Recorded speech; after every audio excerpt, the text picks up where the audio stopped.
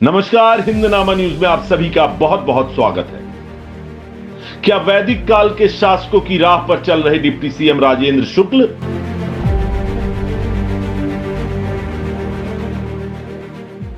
भारत एक प्राचीन देश है और उससे भी प्राचीन है यहां की सभ्यताएं, संस्कार और परंपराएं। परंपराएं भी ऐसी जिनमें निजी स्वार्थ से उठकर जनहित की भावना समाहित थी, जहां शासक खुद को धरती पर देवताओं का प्रतिनिधि तो प्रजा का पालक समझते थे। क्या ऐसा ही कुछ कर रहे हैं डिप्टी सीएम?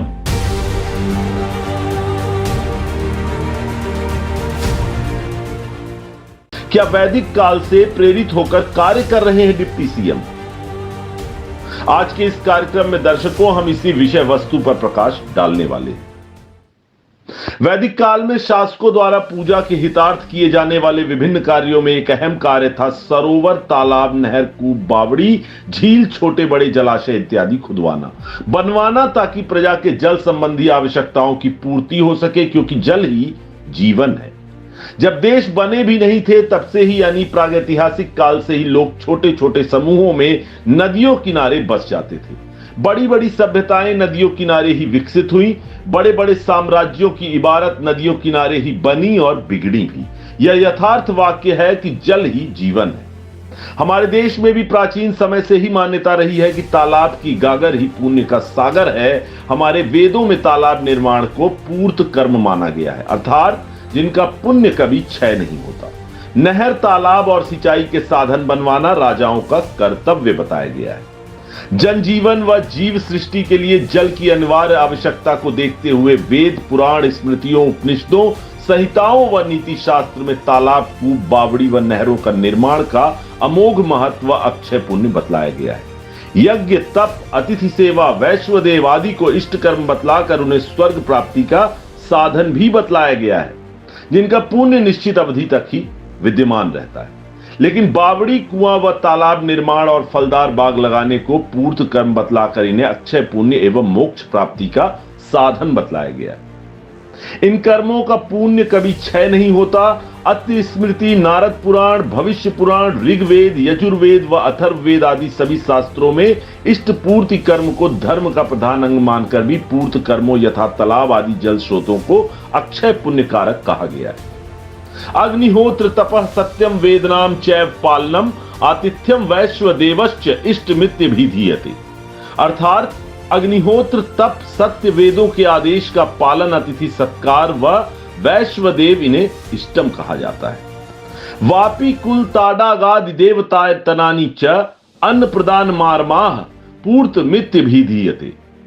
किसी देवता के लिए बने हुए तालाब, बावड़ी, कुआं, पोखर और देव मंदिर नष्ट होने पर जो व्यक्ति इनका उद्धार करता है वह पूर्त कर्म का अक्षय पुण्य फल भी भोगता है। महाभारत के भी सभा पर्व में ऋषि नारद युधिष्ठिर से सुशासन के 123 सूत्रों पर प्रश्न करते हैं। उनमें भी वे किसानों के सिंचाई के स्रोतों के विकास पर ही बल देते हैं। यथा आपके राज्य में किसान सुखी और संपन्न तो हैं।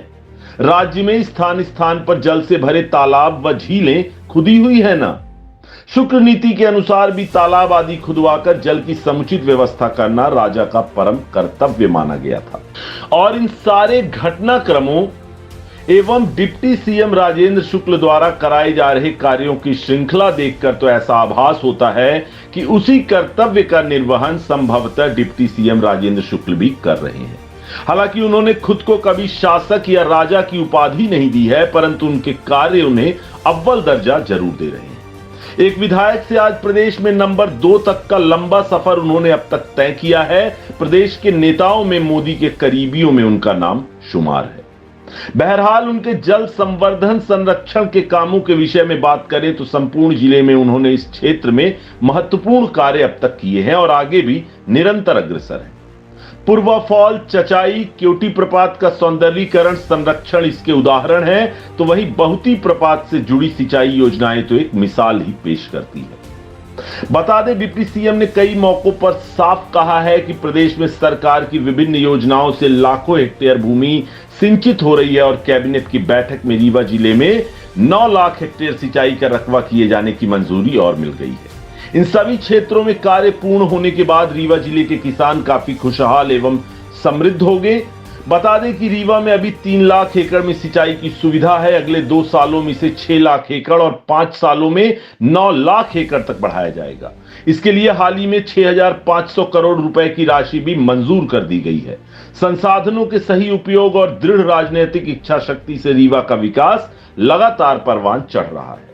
तो वहीं रीवा शहर की बात करें तो चिरहुला तालाब, रानी तालाब, रतहरा तालाब का सौंदर्यीकरण और संरक्षण किया गया है और आने वाले समय में उप मुख्यमंत्री ने ऐलान किया है कि 206.80 लाख रुपए की लागत से छलबदरी एवं कुबेर तालाब के संरक्षण व सौंदर्यीकरण का कार्य भी किया जाएगा, जिसका भूमि पूजन उप मुख्यमंत्री ने हाल ही में कर दिया है।